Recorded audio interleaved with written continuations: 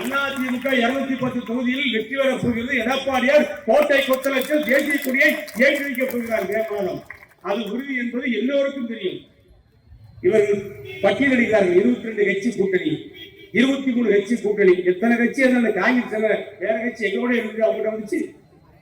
ஏற்கனவே உங்களோட நிறுத்தி சாதகம் பார்த்து கல்யாணம் முடிச்சு வச்சாலே குடும்பத்தை சடங்கு குழப்பம் நடக்கும். இன்னைக்கு காங்கிரசுக்கு திமுகவுக்கும் ஜாதக பொறுத்தவே இல்லை. ஜாதகத்துல 2 பேருக்குமே 7 ஓடிட்டு இருக்கு.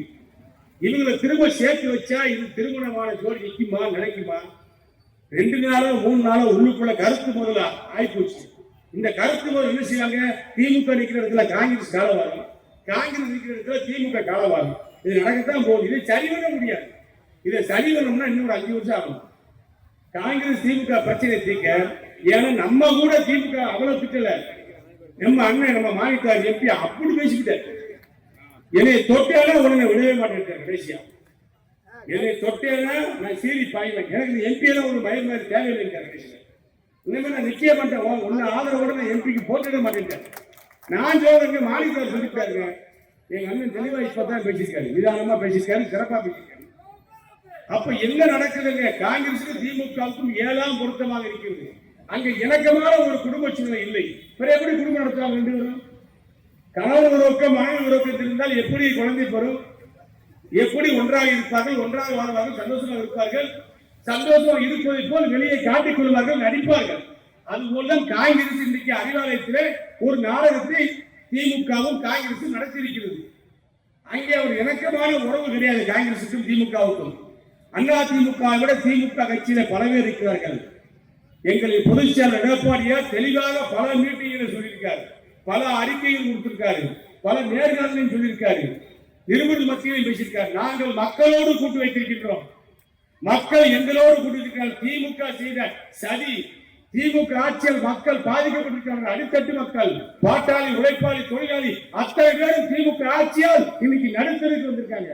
1000 ரூபாய் கொடுக்கிறோம், 1000 ரூபாய் கொடுக்கிறோம் சொல்லி கேவலப்படுத்துகிற நாட்டு மக்களை அசிங்கப்படுத்தி தாய்மார்களை அசிங்கப்படுத்துகின்ற இந்த முதலமைச்சருக்கு தமிழ்நாட்டு தாய்மார்கள் தோல்வி என்ற பரிசை தர ரெடியா இருக்காங்க.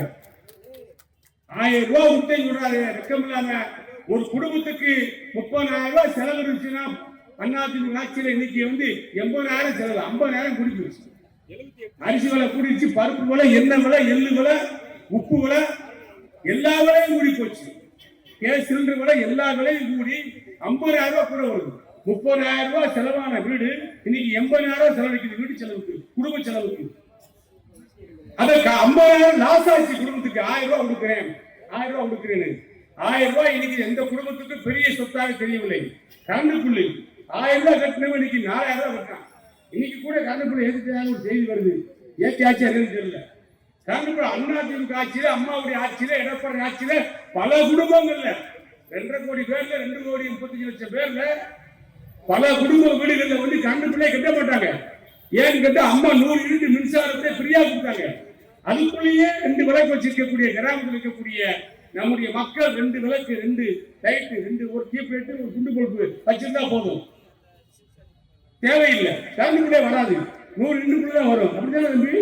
அதுதான் சொன்னீங்க. 100 யூனிட் கூட வரும், செலவே கிடையாது. இன்னைக்கு என்ன தெரியுமா? அந்த குடும்பம் 1000 ரூபாய் கட்டுது.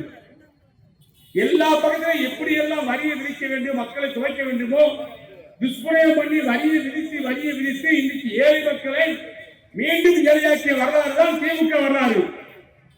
அதிமுக அம்மா முதலமைச்சர் இருக்கின்ற பொழுது மிக்சி, கிரைண்டர், ஃபேன் கொடுத்தார்கள், லேப்டாப் படிக்கல்வி கொடுத்தாங்க.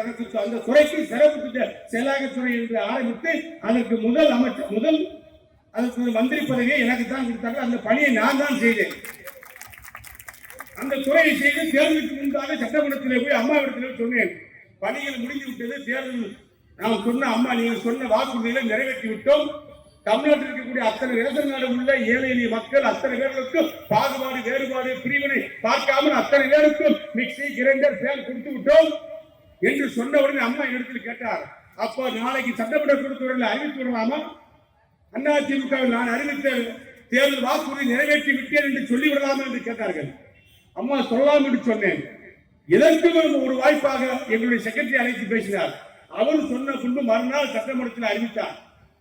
நான் தேர்தல் நேரத்தில் சொன்ன 2011 தேர்தல் நேரத்தில் சொன்ன வாக்குறுதி மிக்சி கிரைண்டர் பேன் ஏழை எளிய மக்களுக்கு பாகுபாடு பார்க்காமல் கொடுப்பேன் என்று சொன்ன அந்த வாக்குறுதியை நிறைவேற்றி விட்டேன் என்று சொன்னார். அம்மா பேசிய உடனே நான் எழுந்து பேசி அம்மாவுக்கு நன்றி தெரிவித்து தமிழ்நாட்டு மக்கள் சார்பாகவும் விருதுநகர் மக்கள் சார்பாகவும் எனது துறையின் சார்பாகவும் நன்றி தெரிவித்து பேசியது இன்றைக்கும் சட்டமன்ற பதிவேட்டில் இருக்கு. சொன்ன வாக்குறுதியை நிறைவேற்றிய தலைவர் புரட்சித் அம்மா அவர்கள். இன்னைக்கு திமுக ஏதாவது செஞ்சிருக்கா? வீட்டு ரத்து பண்ணிருந்தாங்க, கொடுத்தாங்களா? எல்லோருக்கும் 1000 ரூபாய். இன்னைக்கு பாகுபாடு பார்க்கறாங்க, வேறுபாடு பார்க்கறாங்க, தகுதி பார்க்கறாங்க. சண்டை ஓட்டு 28 மாசம் 1000 ரூபாய் தாலி யாரும் கிடையாது, எந்த வீட்டுக்கும் கொடுக்கல. எடப்பாடியார் சட்டமன்றத்தில் போராடினார், சட்டமன்றத்தில் குரல் கொடுத்தார், திமுக ஆட்சியை நடுநடுங்க வைத்தார். திமுக முதலமைச்சர் ஸ்டாலினை நிறுத்தி கேட்டார். நீங்கள் சொன்னீர்களே 1000 ரூபாய் வீடுகளுக்கு கொடுப்போம், குடும்ப தலைவிக்கு கொடுப்போம், அவருடைய வங்கி கணக்கில் வரவைப்போம் என்று சொன்னீர்களே, ஏன் செய்யவில்லை என்று சொல்லி வழிமறித்து ஸ்டாலினை கேட்ட அடிப்படையிலே 28 மாதம் கழித்து 1000 ரூபாய் 70 லட்சம் பேருக்கு கொடுப்பதற்கு ஒத்துக்கொண்டார் ஸ்டாலின் அவர்கள். 28 மாதம் 2.5 மாதம் ஒண்ணுமே கிடையாது, 70 லட்சம். அதற்கு பின் 30 லட்சம் சேர்த்து 1 கோடி பேரு. இப்ப 4 மாதத்துக்கு முன்னாடி 37 லட்சம், 1 கோடி 37 லட்சம் பேருக்கு முழுசா கொடுத்துருக்காங்களா? கடைசி நேரத்தில் பிலிம் காட்டுறாங்க, பணம் காட்டுறாங்க தேர்தலுக்காக. இது போன்ற செயல்களை, சதி செயல்களை, மக்களை ஏமாற்றுகின்ற காரியத்தை எடப்பாடியார் செய்யவில்லை. சொன்னதை செய்த ஒரு முதலமைச்சர். நீட்டால் ஏழை எளிய மக்கள், தமிழ்நாட்டு மக்கள், அரசு பள்ளி மாணவர்கள் கஷ்டப்படுகிறார்கள், டாக்டராக முடியவில்லை, மெடிக்கல் கல்லூரிக்கு செல்ல முடியவில்லை என்ற நிலை தெரிந்த உடனே 7.5% குறிப்பா சொன்னாரு. 7.5% இடஒதுக்கீடு அரசாணை வெளியிட்டு ஏழை மக்கள், நடுத்தர மக்கள், பாட்டாளி மக்கள், படைப்பாளி மக்கள், உழவர் மக்கள், நமது பட்டாளி சொல்லாத மக்களும் டாக்டர் ஆவதற்கு தேவையான நடவடிக்கையை எடுத்தவர் எங்களது பொதுச்செயலாளர், எங்கள் தலைவர் எடப்பாடியார். சொல்லாதே செய்தார். திமுக கேட்கவில்லை, போராடவில்லை. அதிமுக அமைச்சர்கள் கேட்கவில்லை, போராடவில்லை. சட்டமன்ற உறுப்பினர்கள் சட்டமன்றத்தில் கோரிக்கை எழுப்பவில்லை. படித்தவர், மிகப்பெரிய பட்டங்களை பெற்றவர் என்று சொல்லக்கூடிய அத்தனை அறிஞர்கள் வாழ்ந்த சட்டமன்றத்தில் எவரும் குரல் கொடுக்கவில்லை.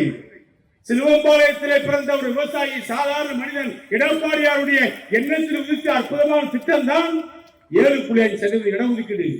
69% இடஒதுக்கீடு நிலைநாட்டி காப்பாற்றிய புரட்சி அம்மாவுடைய தம்பி தளபதி என்று நிரூபிக்கின்ற வகையிலே எங்கள் எடப்பாடியார் 69% இடஒதுக்கீடு உட்பட்டு 7.5% இடஒதுக்கீடு நிறைவேற்றி இன்றைக்கு 3000 பேர் தமிழ்நாட்டை சேர்ந்த தமிழச்சிகள், தமிழர்கள், அரசு பள்ளியிலே படித்த மாணவர்கள் இன்றைக்கு டாக்டர் ஆயிருக்காங்க. அதுக்கு காரணம் அடித்த விட்டது யார்? ஒரு புரட்சி, கல்வியிலே ஒரு புரட்சி, பொருளாதாரத்தில் ஒரு மறுமலர்ச்சியை கொண்டு வந்த தலைவர் யார்? படிக்காத மேலே எங்கள் எடப்பாடியார். உண்டா இல்லையா? ஸ்டாலின் என்ன செஞ்சீங்க? மிகப்பெரிய அறிவு மேதாவிகளை வைத்திருக்கின்றோம், பட்டங்கள் பெற்ற பல சட்டமன்ற உறுப்பினர்களை வைத்திருக்கின்றோம் என்று சொல்லக்கூடிய திமுக இது போன்று ஏதாவது காரியம் செஞ்சிருக்கீங்களா? எடப்பாடியார் காலத்தில் ஒரே ஆண்டில் ஒரே கையெழுத்து 11 மருத்துவக் கல்லூரிகளை தமிழ்நாட்டுக்கு பெற்றுத் தந்த முதலமைச்சர் எங்கள் எடப்பாடியார். ஒரு கல்லூரி ஒன்னால் கொண்டு வர முடிச்சா? திமுக ஒரு கல்லூரி, ஒரு காலேஜ், ஒரு மருத்துவக் கல்லூரி கொண்டு வர முடிச்சா? பக்தி இருந்துச்சா, வகை இருந்துச்சா, செயல் இருந்துச்சா, திறமை இருந்துச்சா? கிடையாது. டெல்லியில போய் பேசி, சிறப்பாக பேசி, பிரதமரை பார்த்து, நிதியமைச்சரை பார்த்து, மத்திய சுகாதாரத்துறை அமைச்சரை பார்த்து பேசி 11 மருத்துவக் கல்லூரிகளை கொண்டு வந்து அதை கெட்டி பிடித்தவர் எங்களது அண்ணன் எடப்பாடியார். திமுக செய்ய முடியல. என்ன செஞ்சிருக்கீங்க நீங்க? உங்களுக்கு ஓட்டு கேட்டு வர்றதுக்கு வெக்கமா இல்லையா? நாங்க செஞ்ச திட்டங்களை தான் நீங்க ஸ்டிக்கர் விட்டுருக்கீங்க. நாங்க செஞ்ச திட்டங்கள் இந்த இருக்கக்கூடிய NK7 போர்வேல 4 வழி சாலையில மெடிக்கல் கல்லூரி, மருத்துவக் கல்லூரியை கொண்டு வந்தது எடப்பாடியார். கேட்டது கேட்டியார், கொடுத்தது எடப்பாடியார். உண்டா இல்லையா? நாங்கள் கட்டியதை நீங்கள் ரிப்பன் வெட்டினீர்கள். ஆட்சி மாறிய காரணத்தினால் நாட்டு மக்கள், சிவகாசி பகுதி மக்கள், விருதுநகர் பகுதி மக்கள் மறந்து விடுவார்களா? மருத்துவக் கல்லூரி யார் கொண்டு வந்தா? அதிமுக ஆட்சியிலே 4 ஆர்ட்ஸ் காலேஜ், ஆண் பெண் படிக்கக்கூடிய, இருபாலர் படிக்கக்கூடிய ஆர்ட்ஸ் காலேஜ், கலை அறிவியல் கல்லூரி கொண்டு வந்தது யார்? அதிமுக, எடப்பாடியார். அம்மா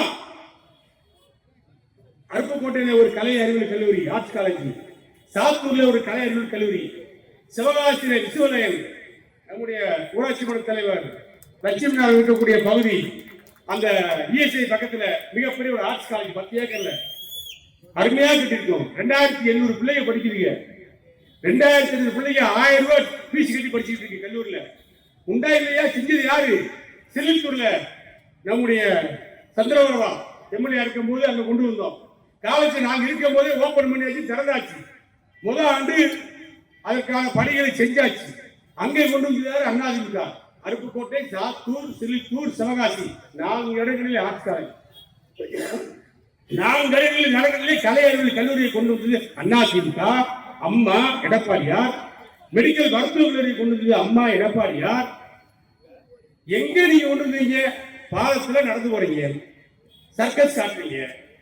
இந்த பாலத்தை நாங்க தான் கொண்டு வந்து சொல்லி மோடி அவர்கள் இது மத்திய அரசுடைய அனுமதி பெற்று ரயில்வே ரோடு இருக்கிற இடத்துல மத்திய அரசு அனுமதி வாங்கணும். இந்த பாலங்களுக்கு யாரு போய் அனுமதி வாங்க சொல்லுங்க? திமுகவா காங்கிரஸா? டெல்லியில போய் அனுமதி வாங்கினாரு, கேட்டு நான் தான் வாங்கினேன். இந்த பாலங்களுக்கு ரயில்வே ரோட்டை கிராஸ் பண்றதுக்கு மத்திய அரசு தான் அந்த பணியை செய்யணும், அனுமதி கொடுக்கணும். அந்த அனுமதி வாங்கணும். நாங்க 5 பாலத்துக்கு அனுமதி வாங்கியிருக்கீங்க. ராஜபாளையம் ஆலங்குளம் மேம்பாலம் வேலை முடிச்சு அண்ணாதிமுக ஆட்சி. அங்கே பெரியாஸ்திரி விருந்தவர் அரசு மருத்துவமனை, அந்த ராமூர்த்தி சாலை, அதுக்கு ஒரு பாலம், அதை கட்டி முடிச்சாச்சு. திருத்தங்கல் பாலம், சாச்சாவரம் பாலம், இருக்கக்கூடிய பாலம் 3க்கும் பெர்மிஷன் வாங்கி வச்சுட்டோம். ஆரம்ப கட்டத்துக்காக வேலை செய்வதற்கு பணமும் ஒதுக்கியாச்சு. பணம் ஒதுக்கி வேலை செய்ய போறேன். இந்த சாச்சாவரம் பாலத்தை நான் தொடங்கி வைக்க போறேன். பூமி பூசை போட்டு வேலை செய்யறதுக்கு மண் பரிசோதனை செஞ்சாச்சு. எல்லாம் முடிஞ்ச உடனே நயவஞ்சக தரவா போய் கோர்ட்டுக்கு போனது யாரு? கோர்ட்ல போய் ஸ்டே வாங்கினது யாரு? 6 மாதம் வேலையை நிப்பாட்டுறது யாரு? திமுக, காங்கிரஸ். இன்னைக்கு பெரிய மனுஷனா சொல்லக்கூடிய இவங்க தான் இன்னைக்கு ஸ்டே வாங்கினாங்க. ஒரே நேரத்தில் சாச்சாவரம் பாலம், திருத்தங்கல் பாலம், இருக்கக்கூடிய பாலம் 3க்கு ஸ்டே வாங்கினாங்க. 6 மாதம் நினைச்சு தேர்தல் வந்துச்சு, ஆட்சி மாற்றம் வந்துச்சு, நீங்க கிடப்புல ஓட்டீங்க. 4 வருஷம் கிடப்புல ஓட்ட இந்த 3 பாலத்தையும் நான் கடுமையா பேசுறதுக்கு அப்புறம் ஒரு பாலத்தை 1 வருஷத்துக்கு முன்னாடி வேலையை ஆரம்பிச்சு தொடங்கி வச்சிருக்கீங்க. சந்தோஷம். இப்ப திருத்தங்கல் பாலத்தை தொடங்கி வச்சிருக்கீங்க, வேலையை ஆரம்பிச்சிருக்கீங்க. இதுக்கெல்லாம் திருத்தங்கல் பாலத்துக்கு 15 கோடி ரூபாய் நான் இருக்கும்போது வாங்கி கொடுத்த பண்டு இன்னைக்கு வரைக்கும் அங்க கிடக்கு. எங்க நீங்க புதுசா செஞ்சீங்க? நீங்க புதுசா ஏதாவது செஞ்சிருக்கீங்களா? புதுசா நீங்க கட்டிருக்கீங்களா? இந்த நீதிமன்ற வளாகம் நீங்களுக்குள்ள ஹைகோர்ட் மாதிரி இருக்கும், பாத்துருக்கீங்களா? வழக்கு ரொம்ப பிரச்சனை போனவங்க பாத்துக்கலாம், அந்த சைடுல வேலை வெட்டி போனவங்க பாத்துக்கலாம், அந்த குடும்ப வீடு இருக்கக்கூடிய பாத்துக்கலாம். ஹைகோர்ட் மாதிரி ஏசி போட்டு புலிசார் செய்யப்பட்ட கோர்ட் இங்கதான் இருக்கு. செஞ்சது யாரு? அதிமுக ஆட்சியில எடப்பாடி செஞ்சாரு. கேட்டது யாரு? கேட்டியாரு கோர்ட்டு. இங்க ஆஸ்பத்திரிக்கு சிகிச்சைப்படி நம்ம தான் கொண்டு வந்தோம். மகப்பேறு மருத்துவமனை நம்ம தான் கொண்டு வந்தோம். சிவகாசி கல்வி மாவட்டத்தை நம்ம தான் கொண்டு வந்தோம். எல்லாம் கொண்டு திருத்தங்கல் அரசு மருத்துவமனை கொண்டு வந்து நம்ம தான் கொண்டு வந்தோம். திருத்தங்கல் பஸ் ஸ்டாண்டை கொண்டு வந்து நம்ம தான் கொண்டு வந்தோம். சிவகாசி பஸ் ஸ்டாண்டை விரிவாக்கம் பண்ணி நம்ம தான் கொண்டு வந்தோம். நீ என்ன பண்ணீங்க?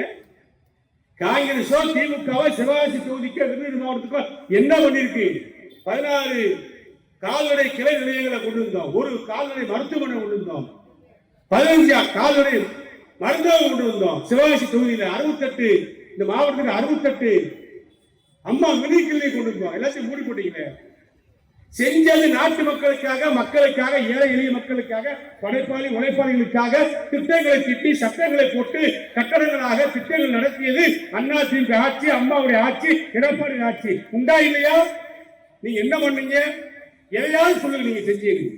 பஸ் ஸ்டாண்டை நாங்க விரிவாக்கம் பண்ணோம். வேலை நாங்க எல்லாமே பண்ணணும். பண்டு இன்னைக்கு தேர்தல் நடக்கின்ற வேலைகளுக்கு பண்டு வாங்கி கொடுத்தது நானு. இன்னைக்கு தாமிரபரணி தண்ணி வருது, அதுக்கு அடித்தலை விட்டு பண்டு வாங்கி 500 கோடி ரூபாய் 550 கோடி ரூபாய் பண்டு வாங்கி கொடுத்து வேலையை தொடக்கி வச்சது அதிமுக ஆட்சி. அம்மா தான் தொடக்கி வச்சாங்க. 2வது ஒரு ஸ்கீம் அதையும் நிறைவேற்றி கொடுத்தது அதிமுக ஆட்சி, எடப்பாடி என்று சொல்லி 3 ஸ்கீம் வாங்கினேன். ராஜபாளையம் சிலுத்துக்கு ஒரு ஸ்கீமு, சிவகாசி மாகாட்சிக்கு தனியா ஒரு ஸ்கீமு, விருதுநகர் சாத்தூருக்கு ஒரு ஸ்கீம், இப்படி வாங்கணும். இதெல்லாம் பண்ணது யாரு? படிச்ச ஆளுங்களுக்கு தெரியும். இல்லைன்னா நீங்க தகவல் உரிமை சட்டத்துல கேட்டு பாருங்க. இந்த ஸ்கீம் யார் ஆட்சியில கொண்டு வந்து எந்த ஆண்டு கொண்டு வரப்படுது கேளுங்க. அதிமுக ஆட்சியில மந்திரியா இருக்கிற பொழுது, எடப்பாடி முதலமைச்சர் இருக்கிற பொழுது இதெல்லாம் வந்துச்சு. ஒரு 100 கோடி ரூபாயாவது சிவகாசி தொகுதிக்கு நீங்க கொண்டு இருக்கீங்களா? திமுக ஆட்சியில 5 வருஷத்துல ஒரு 100 கோடி ரூபாயாவது கொண்டு இருக்கிறான். இந்த மாநகராட்சி பில்டிங் சொன்னது நான் அதுல கல்வெட்டு கேட்காது. அதுக்காகவே சுடுகாட்டில் ஒரு பில்டிங் கட்டுறாங்க. அது கட்டி முடிக்க முடியல. அங்க பேய் நடமாட்டம் ஜாஸ்தி. கெட்ட விட மாட்டேன். கொத்தனார் வரணும் போன மயங்கி விடுறான், வாந்தி எடுக்கிறான். டாக்டர் போன ஏயா வாந்திக்கிட்டு ஒண்ணுமே தெரியல. நைட் வேலை வச்சாங்க. 12 மணிக்கு மேல ஒரே சத்தம் பதட்டமாச்சு. உடனே வாந்தி வச்சுருங்க. பேய் இருக்கியா? அதுக்கு பேரு புள்ள புலி. 200 வருஷமா புதைச்ச இடத்துல போய் மாநகராட்சி பில்டிங் இருக்காங்க. அருமையா கட்டி வச்சிருக்கேன் கூட. ஏன் இங்க உனக்கு வேண்டாமா? 2-3 மாடி இருக்கு. 100 கவுன்சிலர் உட்காந்து மீட்டிங் போன கான்ஃபரன்ஸ் கால் இருக்கு. எல்லாத்தையும் பார்த்து என் வீட்டில் வச்சுதான் பிளானே போட்டோம், கெச்சு போட்டோம். என்ன திமுக செஞ்சிருக்கீங்க? எதையாவது செஞ்சிருக்கீங்களா? நீங்க வார்கால ரிப்பேர் பாக்குறீங்க, தள்ளிவிட மாட்டீங்க. வார்கால தள்ளுறதுக்கு கூட உங்களுக்கு வழி கிடையாது. குப்பை எழுதுறதுக்கு கூட உங்களுக்கு வழி கிடையாது. சிவகாசியை குப்பையாக்கி போட்டீங்க. சிவகாசி பஸ் ஸ்டாண்ட்ல இருந்து நெருக்கடை புக் வரைக்கும் பாலம் கொடுக்கணும்னு சொல்லு. அரசு ஜீவோ காட்டு, பண்டு ஒதுக்கி இருக்குன்னு சொல்லி ஜீவோ காட்டு, அரசாணையை காட்டு. உடனே நான் ஒத்துக்கிறேன். திமுக காங்கிரஸ் செஞ்சுட்டு சொல்றேன். இந்த பாலத்தை சொல்ற இதுக்கு பணம் கொடுக்கிறது அதிமுக. நானு இதுக்கு சேகரித்து பண்ணி கொடுத்தது நானு. மத்தியில போய் ரயில்வே கிராசிக்கு அனுமதி வாங்கினது நானு. வேலையை காலதாமதப்படுத்துறது நீங்க. லேட்டாகி 4 விஷயங்கள் செஞ்சாப்பட மறந்துவோமா? நான் எல்லா மீடியாக்களையும் வந்துச்சு. ரயில்வே பாலம் அமைக்கிறதுக்காக நான் பார்த்தது அன்னைக்கு இருக்கு. ரயில்வே போட்டோ புரியாத வந்தது எல்லாமே வீடியோவா எங்கிட்ட இருக்கு, செய்தியிலே வந்திருக்கு. ஏன் இப்படி மாத்துறீங்க? பொய்யாச்சோட ரிங் ரோடுக்கு ஸ்கீம் போட்டு சிவாஜி முதலாளிமாருக்கெல்லாம் தெரியும். பெரிய முதலாளிகளை பேர சொல்லக்கூடாது. அவங்க இடங்களெல்லாம் நான் தான் கேட்டு வாங்கினேன். நானே 4 ஏக்கர் இடம் கொடுத்துருக்கேன். நமக்கு கமிட்டி பக்கத்துல 4 ஏக்கர் இடமும் 4 கிணறு 29 லட்சம் தான் கவர்மெண்ட் கிடைச்சது. அந்த இடத்துடைய உண்மையான ரேட்டு 3 கோடி. முதல்ல நானே கொடுத்து அப்பதான் ரோடு வருவதற்காக. அதை காரணம் காட்டி எல்லா மூலம் மட்டும் இடத்தை வாங்கி இன்னைக்கு ரோடு வருது. அதை காலதாமதப்படுத்துறது யாரு? நீங்க. நான் சவுண்டை கொடுத்து மேலே பேசி கலந்துட்டு அங்க இங்கன்னு பேசுறதுக்கு அப்புறம் இப்ப டெண்டர் விட்டு ஒரு பகுதிக்கு மேல அதுல பாலங்களை குறுக்கு பாலங்களை போடவே இல்லை. சீக்கிரம் திறந்து விட்டாலும் பாக்குறேன். எப்படி திறப்படி? நான் தான் திறக்கணும். நான் தான் திறக்கணும். இதானே வீதி. பாலத்தை வேகமா திறந்தாங்க, லைட்டே போடாம. நீ லைட்டை போட போறியே, நான் எம்பி பண்ணி லைட்டை போடணும்னு கேட்டதுக்கு அப்புறம் அவசரமா பழைய பைப்பை கொண்டு லைட்டை பண்ணிருக்காங்க. அதிமுக ஆட்சி எடப்பாடி முதலமைச்சர் வந்த உடனே நான் புது பல்ப் வாங்கி புது பைப்பை மாட்டி நல்ல லைட்டை போட்டு விட்டேன். லைட் ஏதாவது பாலத்தில் வெளிச்சது இல்லையா? ஒரு ஆக்சிடென்ட் நடந்து வச்சுருந்தாங்க. 3 ஆக்சிடென்ட். ஏங்க லைட்டு போட சொன்னா லைட்டு போட கேட்டா பண்டு இல்லைங்களா? எங்கடா போச்சு பணம்? தமிழ்நாட்டு மக்களுடைய வரி பணம் எங்க போச்சு? கருணாநிதியுடைய வீட்டு குடும்ப சொத்தாகி போச்சு. பூரா ரூபாய் அப்படி பிளாக்க போச்சு. பிலிப்பா சொன்னாரு 5 லட்சம் கோடி கடை, 4 லட்சம் கோடி கடை, 75 வருஷமா வாங்கின கடை 4 லட்சம் கோடி. ராஜாஜி காலத்துல இருந்து எடப்பாடி காலம் வரை ஒரு 15 முதலமைச்சர் இருந்தாங்க. அவங்க எல்லாம் சேர்ந்து வாங்கின கடை 4 லட்சம் கோடி. அண்ணன் அறிவு ஜீவி ஸ்டாலின் வாங்கின கடை 5 லட்சம் கோடி. 5 வருஷத்துல 5 லட்சம் கோடி. என்ன பண்ணீங்க கேட்டா யாருக்கும் தெரியல. 5 லட்சம் கோடி வாங்க என்ன பண்ணீங்க? அர்ஜுன் சாமி யார்கிட்ட கேட்டு சொல்லுங்க. அவங்க சொல்லிட்டாங்க கொண்டுட்டாங்க. பணத்தை பூரா என்ன பண்ணாலும் தெரியலங்க. பூரா காவிரிலையும் வைகையிலையும் தூர்வாரம் சொல்லி கலைச்சிட்டாங்க. பணத்தை பூரா இப்படி ஆசிரியர் விட்டு போயிட்டாங்க. அதிமுக ஆட்சியில, அம்மாவுடைய ஆட்சியில எடப்பாடி முதலமைச்சர் இருக்கும் பொழுது குண்டா நகர் காவேரி வைகை குண்டார் இணைப்பு தம்பி பேச்சாளர் பேசினாரு. நான் புதுக்கோட்டையில போய் தொடங்கி வைக்கும் போது நான் கூட இருக்கேன். எடப்பாடியோட குண்டார நான் தான் எடப்பாடி சொல்லி சேர்க்கிறேன். நம்முடைய மாவட்டத்துக்காக காவிரி தண்ணியை கொண்டு வரதுக்கு. காவிரி தண்ணி அப்படியே குறுக்க கால்வாய் கட்டி கடல்ல போய் வீணா கிடக்கிற காவிரி தண்ணிய அப்படி புதுக்கோட்டை வழியா சிவகங்கை மாவட்டம், புதுக்கோட்டை மாவட்டம், கரூர் மாவட்டம், திண்டுக்கல் மாவட்டம், தேனி மாவட்டம், மதுரை மாவட்டம், ராமநாதபுரம் மாவட்டம், விருதுநகர் மாவட்டம், இந்த மாவட்டம் எல்லாம் பயன்படுவதற்காக அதை கொண்டு வர ஸ்கீம் 14,000 கோடி ஸ்கீம் போட்டு ஒதுக்கி ஒரு 1000 கோடிக்கு டெண்டர் விட்டு பணி நடக்குது. ஒரே நேரத்தில் 100 பொக்களின் ஒன்னோட வேலை இருந்துச்சு. என்கிட்ட ஆதாரம் இருக்கு, டிவி சேனல் ஆதாரம் இருக்கு. வேலை நடந்துச்சுங்க. ஆட்சி மேடம் வந்ததுக்கு அப்புறம் அப்படி போட்டாச்சு கிடப்பு. தண்ணி எல்லாரும் தானே குடிக்க போறான். கேட்காத போலாச்சு. பலராமனு லட்சுமி கருத்துமா குடிக்க போறோம். எல்லாரும் சேர்ந்து டிபார்ட்மெண்ட் மட்டும் முடிக்க போறாங்க. எல்லாரும் தண்ணி வரப்போகுது. விருதுநகர் மாவட்டத்துக்கு தாமிர காவிரி தண்ணி வச்சுன்னா இன்னும் விவசாயம் பெருகும், இன்னும் குடும்ப தட்டுப்பாடு தண்ணீர் தட்டுப்பாடு இருக்காது. அதை கருத்து யாரு? திமுக ஆட்சி. எந்த நல்ல ஸ்கீமும் வரவில்லை. நாங்க எடப்பாடி முதலமைச்சர் இருக்கிற பொழுது நான் ஒரு ஸ்கீம் சொன்னேன். தாமிரவர்கள் நம்முடைய சிவாஜி வரைக்கும் தாமிரவர்கள் தண்ணீர் கடலை போய் கலக்குது. வீணாக கலக்கக்கூடிய அந்த 8 MT தண்ணீரை திருப்பி நம்ம இந்த பகுதி சக்கரங்கள் வழியாக சிவகாசி வரைக்கும் விருதுநகர் வரை கொண்டு வந்தால் விருதுநகர் மாவட்டத்துடைய 7 தொகுதியும் விருதுநகர், சிவகாசி, சாத்தூர், திருச்சி, அருப்புக்கோட்டை, சிலிப்பூர், ராஜபாளையம் 7 தொகுதிகளும் சிறப்படையும். நெல்லை மாவட்டம், தென்காசி மாவட்டம் இவைகளும் சிறப்படையும். தட்டுப்பாடு இல்லாத குடிநீர் கிடைக்கும், விவசாயம் செழிக்கும் என்று எடப்பாடி சொன்ன உடனே அதிகாரியை கூப்பிட்டார், பொதுப்பணித்துறை அதிகாரிகளை கூப்பிட்டார், நீர்வளத்துறை அதிகாரிகளை கூப்பிட்டார். ஒரு முதலமைச்சர் எப்படி இருக்கிறவர்களுக்கு உதாரணமாக எடப்பாடி இருந்தார். திட்டங்களை சொன்ன உடனே வாயால் கேட்டுக்கொண்டு, காதால் கேட்டுக்கொண்டு, வாயால் பேசி விடைபெற்றவர் கிடையாது எங்கள் தலைவர் எடப்பாடியார். அதிகாரி அழைத்ததற்கு சாத்தியக்கூறு உண்டா? தாமிரபரணி தண்ணீரை விருதுநகர் வரை கொண்டு முடியுமா? சிவகாசி வழியாக சாத்தியக்கூறு உண்டா என்று அதிகாரிகள் உண்டு என்று சொன்னார்கள், செய்யலாம் என்று சொன்னார்கள். ஒரு அற்புதமான ஸ்கீம். எந்த காலத்தில் எந்த சூழலில் காவிரி தண்ணீர் நம்முடைய விருதுநகர் மாவட்டம் வரைக்கும் வருகிறது, தாமிரபரணி தண்ணீர் நம்முடைய விருதுநகர் மாவட்டம் சிவகாசி வரைக்கும் வருகிறது சொன்னால் இந்த பகுதியிலே வெயில், இந்த பகுதியிலே தண்ணீர் தட்டுப்பாடே இருக்கவே இருக்காது. கொண்டாடாத கூட்டு குடித்திட்டம், மாணவர் கூட்டு குடித்திட்டம், தாமிரபரணி ஆற்று தண்ணீர் இப்படி வந்தால், காவிரி ஆற்று இப்படி வந்தால் நம்முடைய பகுதி, நம்முடைய விருதுநகர் மாவட்டம் செல்வ செழிப்பான ஒரு மாவட்டமாக உருவாகி இருக்கும். அதை கெடுத்தது யார்? ஒரு பெரிய ஸ்கீம் போட்டீங்களா? அதிமுக ஆட்சி அமைந்து 2021 தேர்தலில் எடப்பாடியார் மீண்டும் முதலமைச்சராக வந்திருந்தால் தாமிரபரணியில் வாய்க்கால் வெட்டி தண்ணீரை கொண்டு வந்திருப்போம், காவிரியிலிருந்து வாய்க்கால் வெட்டி திருச்சி தொகுதிக்கு கொண்டு வந்திருப்போம், விருதுநகர் கொண்டு வந்திருப்போம்.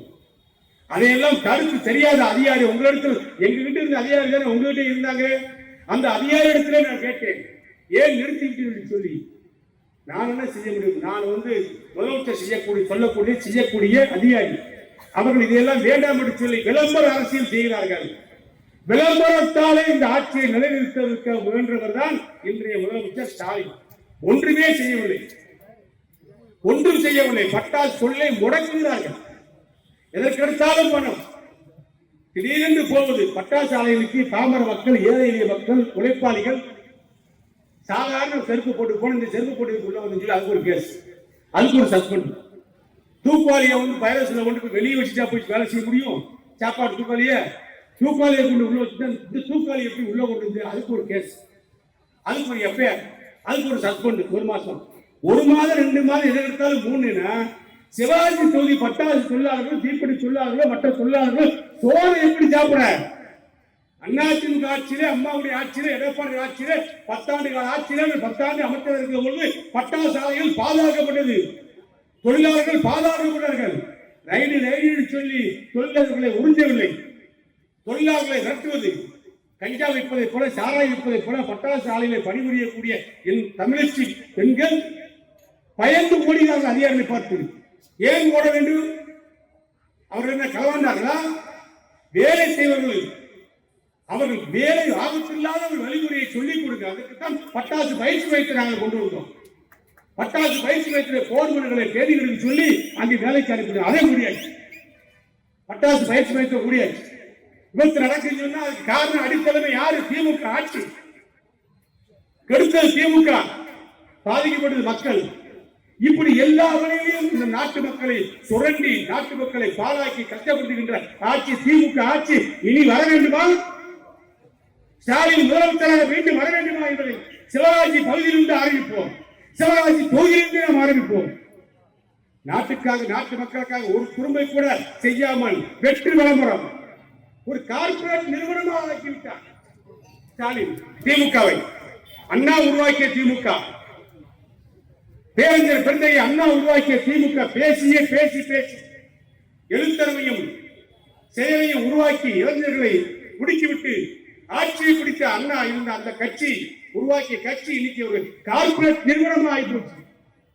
அங்கே ஒரு எம்டி வேலைக்கு வந்தால் சம்பளம், மாசம் வருஷத்துக்கு 2 போனஸ், பட்டாசு ஆலையில போனஸ் கொடுக்கிற மாதிரி திமுக கட்சியில 2 போனஸ் தராங்க. மெம்பரா சேர்ந்து வேலை செஞ்சா பொறுப்பு இருக்கக்கூடியவருக்கு 2 போனஸ். அங்கே வாக்குச்சாவடி முகவர் வேலை செஞ்சா தினசரி கூலி. யாரும் அங்கே இனாமாக வேலை செய்யவில்லை. திமுகவில் யாரும் உண்மையாக உழைக்கவும் இல்லை. எல்லோரையும் பணத்தை கொடுத்து நாடகத்தை நடத்தி வெற்றி வரலாம் என்று எண்ணுகின்ற ஸ்டாலினுடைய கணக்கு, திமுக கணக்கு இந்த தேர்தலில் அடித்து ஒதுக்கப்படும். நிச்சயமாக திமுக ஆட்சிக்கு வருவது என்று நினைத்து கூட பார்க்க முடியாது. எப்படி வரும்? 22 கட்சி 30 கட்சி என்ன 50 கட்சி திமுக சேர்ந்தாலும் சரிதான். திமுக அத்தனை இடங்களிலும் 230 இடங்களிலும் கெப்பாசிட்டி நிலைமையை தமிழ்நாட்டு மக்கள் உருவாக்குவார்கள். 50 கட்சி சேர்ந்து என்ன செய்ய போறீங்க? அதிமுக தலைமையிலே மிக பிரமாண்டமான வலுவான கட்சிகள் அதிமுக, தமிழ்நாடு முழுக்க இருக்கக்கூடிய மிகப்பெரிய கட்சிகள் பாரதிய ஜனதா, அன்புமணி தலைமையில் உள்ள பாட்டாளி மக்கள் கட்சி, அண்ணன் டிடிவி தலைமையில் உள்ள அம்மா மக்கள் முன்னேற்ற கழகம், எங்கு பார்த்தாலும் இளைஞர்கள் நிரம்பிய கூட்டணி கட்சி அதிமுக கூட்டணி இருக்கின்றது. எங்களை எதிர்க்கக்கூடிய துணிச்சல் திமுக கூட்டணி கட்சிக்கு கிடையவே கிடையாது. ஒரு வல்லமையான தலைமை எடப்பாடியார், ஒரு நியாயமான தலைவர் எடப்பாடியார், மக்களை நேசிக்கின்ற தலைவர் எடப்பாடியார், உண்மையை உறக்க சொல்லுகின்ற தலைவர் எடப்பாடியார். நேற்று 8 மணிக்கு சென்று வேணும், 8:30 மணி வரைக்கும் எடப்பாடியோட இரவு நேரத்தில் பேசிவிட்டு தான் நான் சென்னையில் இங்க வந்தேன். அவருடைய ஒவ்வொரு பேச்சிலும் நம்பிக்கை தெரிகிறது. டெல்லி அடிமையாகிவிட்டது அண்ணாதிமுக. நாங்கள் அடிமை. எங்களை அடிமைப்படுத்துகின்ற சக்தி யாருக்கும் கிடைக்காது. புரட்சித் தலைவர் எம்ஜிஆர் உருவாக்கிய இயக்கம், புரட்சித் தலைவர் அம்மா வளர்த்த இயக்கம், புரட்சித் தலைவர் எடப்பாடியார் வளர்த்து கொண்டிருக்கிற இயக்கம். இந்த கட்சி யாருக்கும் எந்த சொல்லில் அடிமை என்பதே கிடையாது. யாரை அடிமைப்படுத்துவது கிடையாது, யாருக்கு நாங்கள் அடிமையும் கிடையாது. உண்மையாக உழைப்போம், உள்ளதை சொல்வோம், நல்லதை செய்வோம், மக்களுக்கு எதுவாக இருந்தாலும் ஓப்பனாக பேசுவோம், இதை செய்வோம் என்று சொல்வோம், செய்து கொடுப்போம். விலைவாசிகளை கட்டுக்குள் கொண்டு வர வேண்டும், தொழில் வரியை குறைக்க வேண்டும், வீட்டு வரியை குறைக்க வேண்டும், மின்சார கட்டணத்தை குறைக்க வேண்டும். இது பாமர மக்களுடைய கனவு. இல்லாத மக்கள், ஏழை மக்கள், உழைப்பாளி மக்கள், விவசாயி மக்கள் அத்தனைவருடைய கனவு. வீட்டு வரியை குறையுங்கள், அப்போதுதான் வாடகை குறையும். மின்சார கட்டணத்தை குறையுங்கள், அப்போதுதான் எங்களுடைய குழப்பு ஓடும். இதையெல்லாம் எதிர்பார்க்கக்கூடிய மக்களுடைய எதிர்பார்ப்பை பூர்த்தி செய்ய வேண்டும் என்று சொன்னால் எடப்பாடியார் நாட்டினுடைய முதலமைச்சராக வருவது காலத்தின் கட்டாயம். கட்டாயம் வர வேண்டும். திமுக ஸ்டாலின் அவர்கள் இன்றைக்கு பத்திரிகையாளர் மத்தியிலே அப்படிங்கிறார். அதிமுக என்ன உங்களுக்கு எல்லாம் ஈஸியா தெரிகிறதா? அதிமுக தலைமையில் உள்ள கட்சிகள் என்ன ஈஸியா தெரிகிறதா? காங்கிரஸ் கட்சி உங்களோடு வந்து விட்டாலே நீங்கள் மகனும் சுட்டு விடுவீங்களா? அதிமுக சொந்தம் ஒவ்வொருத்தரும் ரத்தத்தை வேர்வையை இலக்கை சிந்தி பணியாற்றக்கூடிய வீரர்கள், வீர தளபதிகள். எவனுக்கு பயப்பட மாட்டான், எவனுக்கு அடிபடிய மாட்டான். எதிரிகள் 1000 பேர் வந்தாலும் நெஞ்சை நிமிர்த்தி காட்டக்கூடிய வல்லமை உடைத்த தளபதிகள் அதிமுக. ஹரியானத்திலே ஸ்டாலின் இரு கையை விட்டு காட்டுகிறார், ஜம் ஜம் என்று காட்டுகிறார். கூட்டணி அமைச்சு விட்டார்களா? நீங்கள் கூட்டணி சேர்ந்தா என்ன, நாசமா போனா எங்களுக்கு என்ன? உங்களால் என்ன செய்ய முடியும்? தமிழ்நாட்டை மீட்பதுதான் எங்களுடைய பணி. எடப்பாடியார் 186 பொதுக்கூட்டத்தில் ஒவ்வொரு தொகுதிக்கும் போயிட்டு வந்தார். மக்களை மீட்போம், தமிழகத்தை மீட்போம், மக்களை காப்போம். சிவகாசிக்கு வந்தாரு, காட்டாரோடையில வந்தாரு. இங்கே ஒரு மிகப்பிரமான கூட்டம். அங்கே கங்காவரம், செங்கமலாச்சாவரம், தேவர் சில திருத்தங்கள், மேலவை விதி, அண்ணா சிலை, பெரியார் சிலை, அம்பேத்கர் சிலை, அடுத்து சிவகாசி பெல்வோட்டில் தேவர் சிலை, அப்புறம் நான் நிலுக்கிற முக்கு அம்பேத்கர் சிலை, அப்புறம் கவிதா செக்ஷன் பஸ் ஸ்டாண்ட். அந்த மாதிரி எல்லா இடத்திலும் மக்கள் அலைமுறாங்க. ஆரோக்கிய நம்முடைய எம்பி கிருஷ்ணமூர்த்தி அவர்களும், சரவணகுமார் அவர்களும், அப்பாத்துறை அவர்களும், செல்வின் அவர்களும் திருத்தணியில் மிக பிரமாண்ட கூட்டத்தை கூட்டினார்கள். இங்கே அர்ஜுன் சாம் அவர்களும், செய்யல் சுல்தான் அவர்களும், கசாயம்படன் அவர்களும், 67 தொகுதி கசாயம்படன் தொகுதி கணேசன் போன்ற கட்சி நிர்வாகிகள், பலராமன் போன்ற நிர்வாகிகள், நம்முடைய பொருளாளர் கேண்டராஜ் போன்ற பொருளாளர் நிர்வாகிகள் அத்தனை பேரும் திரண்டு அங்கே ஒலிம்பிக் தியேட்டருக்கு முன்னாடி, பழைய ஒலிம்பிக் தியேட்டருக்கு முன்னாடி, இன்றைய பார்க்கிங் ஹோட்டலுக்கு முன்னாடி மிக பிரமாண்டமான ஒரு கூட்டம். ஒவ்வொரு இடத்திலும் 20,000 பேர் சந்தித்தார். ராஜபாளையத்தில் மிக பிரமாண்டமான கூட்டம், சிலிச்சூரில் மிக பிரமாண்டமான கூட்டம், சிவகாசியில் ஒரு பிரமாண்டமான கூட்டம், விருதுநகரில் ஒரு பிரமாண்டமான 7 தொகுதிகளிலும் எடப்பாடியார் வந்து சென்ற உடனே மிகப்பெரிய ஒரு புரட்சி அதிமுக தொண்டர்கள் மத்தியிலும் மக்கள் மத்தியிலும் ஏற்பட்டது. ஆகவே மக்களை காப்போம், தமிழகத்தை மீட்போம். எடப்பாடியார் கொடுத்த தலைப்பை செய்து கொடுப்பார். ஆட்சி மாற்ற உறுதி. மக்களை எத்தனை நாள் தான் ஏமாற்றுவீர்கள் நீங்கள்? ஏதாவது மத்திய அரசோடு இணக்கமாக இருந்தால் பணங்களை வாங்க முடியும். தம்பி பேச்சாளர் சொன்னாரு, மகேஸ்வரன் உரிமையா 10,000 ரூபாய் கொடுப்போம் என்று சொல்லி எடப்பாடியார் தேர்தல் வாக்குறுதியை சொல்லியிருக்காங்க. மக்களுடைய கஷ்ட நிலைமையை போக்குவதற்காக நான் முதலமைச்சராக வெற்றி பெற்று வந்தவுடன் ஆட்சி அமைத்துடன் கையெழுத்திடுவேன். குடும்ப தலைவிகள் ஒவ்வொருத்தருக்கும் பாகுபாடு வேறுபாடு பார்க்காமல் 2 லட்சம் குடும்ப தலைவர்களுக்கும் ரேஷன் கார்டு உள்ளவர்களுக்கு அவருடைய வங்கி கணக்கிலே 10,000 ரூபாய் வரவு செய்யப்படும் என்று சொன்னார். உடனே திமுக அதிகாரிகள் நாங்கள் 5,000 ரூபாய் போட்டதுனாலதான் அண்ணா திமுக 10,000 தரம் சொல்றாங்க. எப்படி கொடுப்பாங்க இவங்களுக்கு 7 ரூபாய், நாங்களே 50 ரூபாய் எடுத்து போட்டிருக்கோம், 1,000 ரூபாய் எடுத்து போட்டிருக்கோம் அப்படின்னு புலம்ப ஆரம்பிச்சாங்க. உன்னைய போல உங்களை போல ஏமாற்றி மக்களை ஏமாற்றி குழப்ப விளைவிக்கின்ற கட்சி அதிமுக கிடையாது. குழப்ப விளைவிக்கின்ற தலைவர் எடப்பாடியார் கிடையாது. எடப்பாடியார் கேட்டால் டெல்லி கொடுக்கும். நாங்கள் கொரோனா நேரத்தில் எடப்பாடியார் முதலமைச்சராக இருக்கிற பொழுது நான் ஒரு சேட்டை டீனர்ல ஒரு சேட்டை நேற்று காலையில் போய் பார்த்தேன். வேற விஷயமா அப்ப அந்த சேட்டு பார் சொல்றாங்க குஜராத் சேர்ந்தவங்க, உங்களுடைய ஆட்சி எடப்பாடியார் ஆட்சி 2 வருஷம் கொரோனா காலத்துல அற்புதமா பணியாற்றுவீங்க, மிகப்பெரிய சாவு முறை இருந்துச்சு தமிழ்நாட்டில், அதை தடுத்த பெருமாள் உங்களுடைய முதலமைச்சர் எடப்பாடியாரை சேரும். தடுத்து நிப்பாட்டினீங்க. 7 மக்களுக்கு சோறு போட்டீங்க, ரேஷன் கடையில் ஒரு அரிசி ஃப்ரீயா போட்டீங்க, அம்மா உணவகத்துல சோறு ஃப்ரீயா போட்டீங்க, விலையில்லாமல் போட்டீங்க, மக்களை காப்பாத்தினீங்க. அம்மா உணவகத்துல சாப்பாடு அங்க வாங்கிட்டு தான் போகணும். அதான் எடப்பாடியார் பாசலா கூட கொண்டு போய் கொடு. எல்லோருக்கும் சோறு ஓட்ட முதலமைச்சராக விளங்கியவர் எடப்பாடியார். கொரோனா காலத்துல எல்லோருக்கும் ஊசி ஓட்ட, தடுப்பூசி ஓட்ட, மக்களை காப்பாற்றினோம். முடிந்தளவு இறப்புகளை குறைத்தோம். உன்னுடைய ஆட்சியில் இது கொரோனா போன்ற ஒரு நிலைமை வந்திருந்தால் எல்லோரும் செத்து வழிய வேண்டியதாக, வழிய கிடையாது, பிழைப்பதற்கு வாய்ப்பே இல்லை. எல்லா அமைச்சர்களும் கலெக்டருக்கு போனோம், எல்லா ஊருக்கு போனோம், மக்களிடத்தில் விழிப்புணர்ச்சி ஏற்படுத்தினோம், நம்பிக்கை ஏற்படுத்தினோம். கொரோனாவால் தைரியமாக இருங்கள், உங்களை காக்கின்றவர் கட்சி அதிமுக, அம்மாவுடைய ஆட்சி உங்களை பாதுகாக்கும் சொல்லி எடப்பாடி சொன்னதை சொன்னோம். அந்த சேட்டு சொல்றார், குஜராத் சேட்டு. குஜராத்தில் கூட மரணம் அதிகம், வடக்க கூட மரணம் அதிகம். ஆனா தமிழ்நாட்டில் கொரோனா நேரத்தில் 2 வருஷம் அற்புதமான ஆட்சியை நடத்தியது யாருன்னு சொன்னால் எடப்பாடியார். இதை நான் சொல்லவில்லை, ஒரு தமிழ் சொல்லவில்லை, குஜராத்தை சேர்ந்த ஒரு மார்வாடி சொல்கிறார். ஏன்னு சொன்னால் 30 ஆண்டுகளாக தமிழகத்தில் தொழில் செய்து வருகின்றார். தீனபதியிலே அவர் பார்த்ததை கேட்டதை சொல்கிறார். இப்படி மக்களுக்காக பணி செய்யக்கூடிய தலைவர் எடப்பாடியார். அவரை பற்றி பேசுவது, அவர் காலையில் விழுந்து வந்தார்.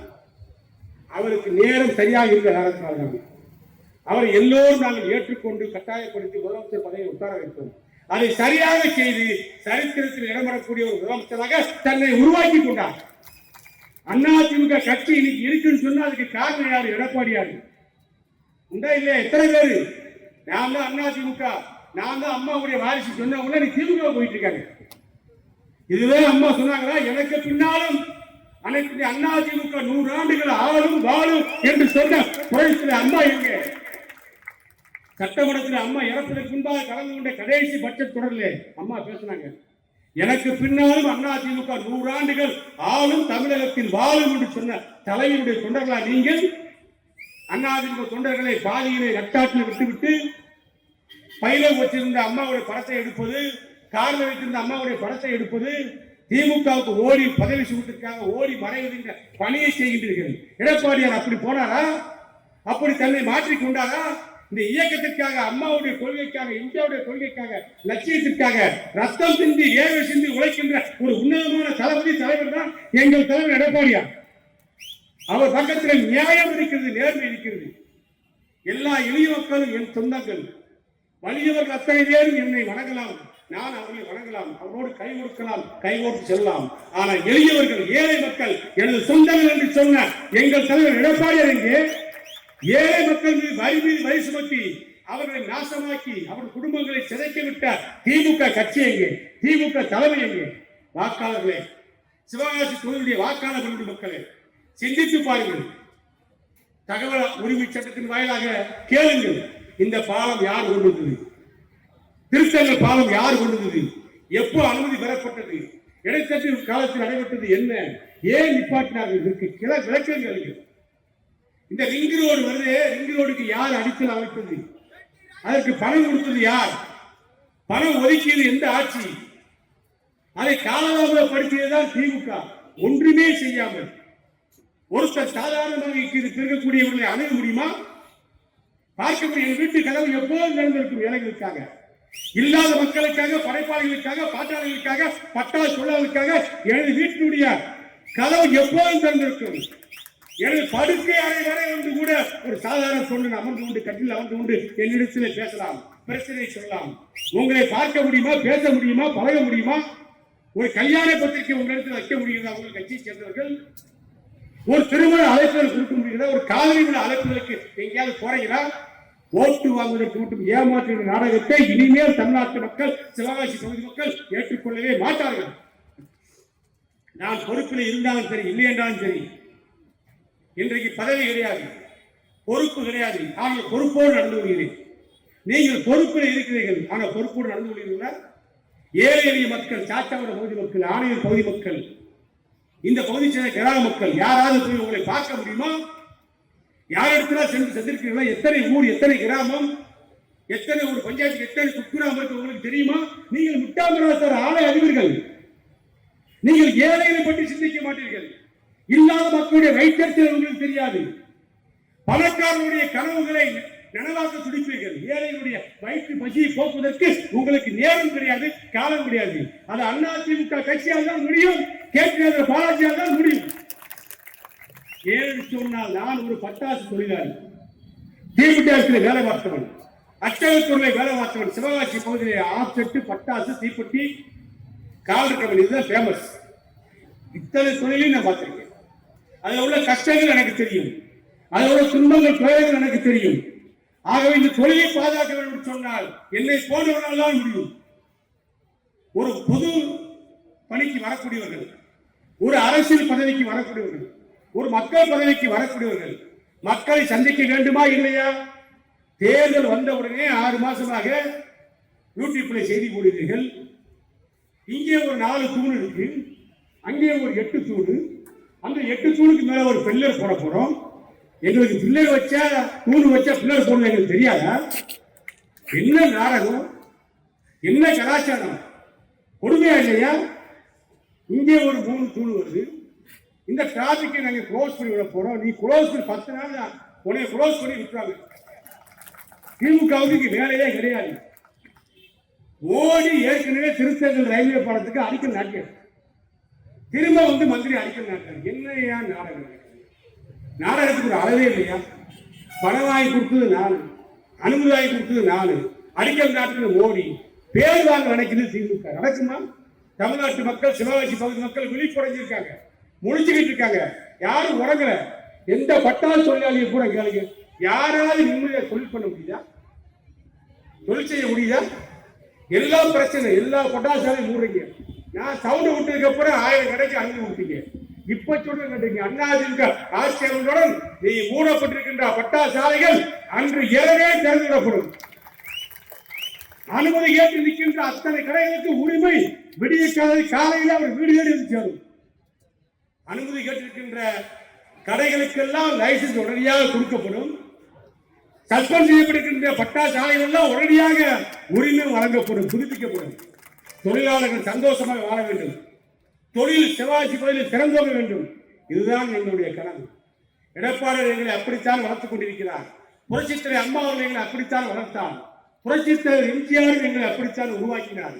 ஆகிய அதிமுக என்பது ஏழைகளுக்கான கட்சி, உழைப்பவர்களுக்கான கட்சி, உண்மையான கட்சி, மக்களுக்கான கட்சி, மக்களுடைய உரிமைக்காக போராடுகின்ற கட்சி. ஆகவே வந்திருக்கின்ற தாய்மார்கள், பட்டாசு தொழிலை பணியாற்றக்கூடியவர்கள் வந்திருக்கின்றீர்கள், தீப்பெட்டி ஒட்டக்கூடியவர்கள் வந்திருக்கின்றீர்கள். பெண்கள், நம்முடைய பெண்கள் வீடுகளிலே சாயங்காலம் 6 மணி 7 மணிக்கு போனால் 2 காலை நீட்டி வைத்துக் கொண்டு, அந்த குச்சியை எடுத்துக்கொண்டு 2 காலுக்கு மேலே வைத்துக் கொண்டு, கட்டையை வைத்துக் கொண்டு அந்த குச்சியை அடுக்குவதும், அதை திரும்ப அந்த கட்டையில் அடுக்குவதும், அதை குலுக்கி அதை கெட்டி காலையில் எடுத்துக்கொண்டு போய் தீபாவளி கொடுக்கிற பணியெல்லாம் செய்கின்ற தாய்மார்கள் இருக்கின்றீர்கள். உங்களை கைகூப்பி கேட்கிறேன், சிந்தித்து பார்க்க வேண்டும். ஒரு நிமிஷம் நாம் தவறு செய்வோம் சொன்னால் 5 ஆண்டுகள் நம்மை பழிவாங்கி விடுவார்கள் திமுக கட்சி சேர்ந்தவர்கள். நீங்கள் விழிப்போடு இருக்கிறீர்கள். நாங்கள் கிராமங்களுக்கு சென்றால் உங்கள் படுகின்ற கஷ்டங்களை எங்களிடத்தில் சொல்கின்றீர்கள். இதே கஷ்டங்கள் இனி வராமல் இருக்கணும் சொன்னால் ஆட்சி மாற்ற வேண்டும். திமுகவை வீட்டுக்கு அனுப்ப வேண்டும், ஸ்டாலினை கோட்டையை விட்டு விரட்ட வேண்டும், எடப்பாடியாரை கோட்டைக்கு அனுப்ப வேண்டும், அதிமுகவை கேள்விக்காட் கோட்டில் அமர வைக்க வேண்டும், சிவகாசி தொகுதியை மீட்டெடுக்கப்பட வேண்டும். இதுதான் உங்களது திட்டமாக இருக்க வேண்டும். வந்திருக்கின்ற வாக்காளர்கள், இயக்கத்துடைய முக்கியஸ்தர்கள் அத்தனை பேருடைய கரங்களையும் பிடித்துக் கொண்டு நான் கேட்கிறேன். சில நேரங்களில் நாம் தவறு செய்து சொன்னால் 5 ஆண்டுகள் நம்முடைய வாழ்க்கையை கேள்விக்குறியாகிவிடும். என் மீது உங்களுக்கு சிறு கோபம் இருக்கலாம். அன்றைக்கு ஒரு நாள் இவரை பார்க்க வந்தேன், மந்திரியாக இருக்கின்ற பொழுது லெட்டர் கேட்டு கொடுத்துள்ளலாம்.